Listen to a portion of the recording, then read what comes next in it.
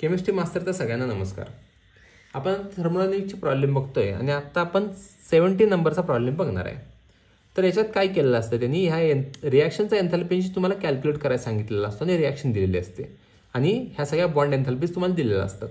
Bond एन्थॅल्पीज म्हणजेच हा bond break करायला लागणारे एनर्जी तुम्हाला दिलेली असते किंवा हा बॉन्ड तोडायला एवढी एनर्जी लागते, हा बॉन्ड तोडायला एवढी एनर्जी लागते, हे सगळे एनर्जी दिलेलं असतं.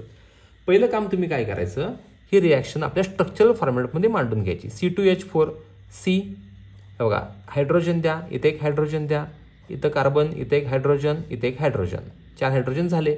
कार्बनची व्हॅलेन्सी 4 आहे, सॅटिस्फाय होत नाही म्हणून डबल बॉन्ड आला इथं. प्लस ऑक्सिजन किती आहेत तर 3 आहेत, O double bond O, O double bond O, O double bond O असं मुद्दाम लिहून घ्यायचं, ते आपल्याला बरं पडतं. CO2 किती आहेत 2 आहेत, C double bond O, C double bond O, C double bond O, C double bond O असे डबल आहेत.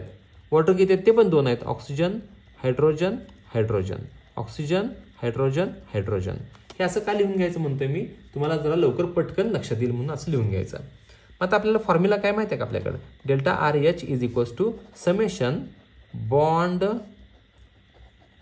एन्थॅल्पी of reactant minus summation bond enthalpy of product. मग डेल्टा RH आपल्याला कॅल्क्युलेट करायचं आहे. मग काय करायचं तो बघा, रिॲक्टंटचे बॉन्ड एन्थॅल्पीज पहिला त्यांची सम करावी लागेल.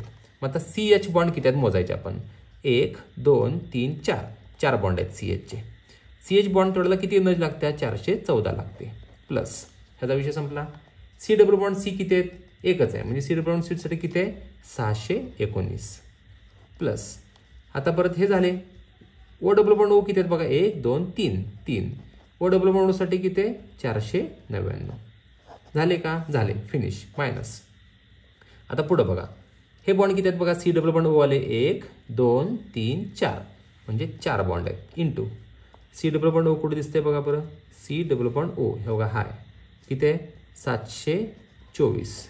प्लस आता हे संपले. आता इथं बघा बरं, O-H किती बॉन्ड आहेत, 1 2 3 4 4 इंटू CH साठी किती आहे, सॉरी OH साठी किती आहे, OH 460.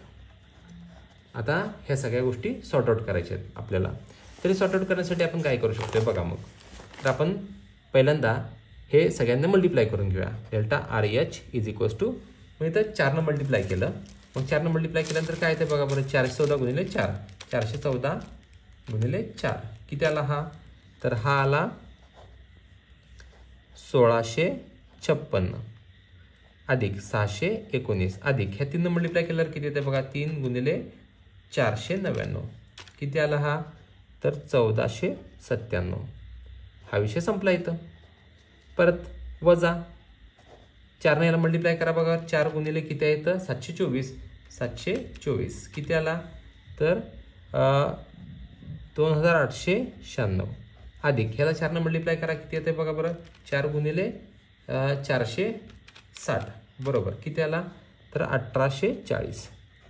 आता ह्या सगळ्यांची तिघांची सम करा, ती लिहा पहिल्यांदा. RH इज इक्वल्स टू बघा मग किती आहे 1656 अधिक 619 अधिक 1497 बरोबर किती येते बघा बरं, हे 3772. परत वजा ह्यांचं किती येते बघा सम, 2896 प्लस 1840 इज इक्वल्स टू किती आला 4736.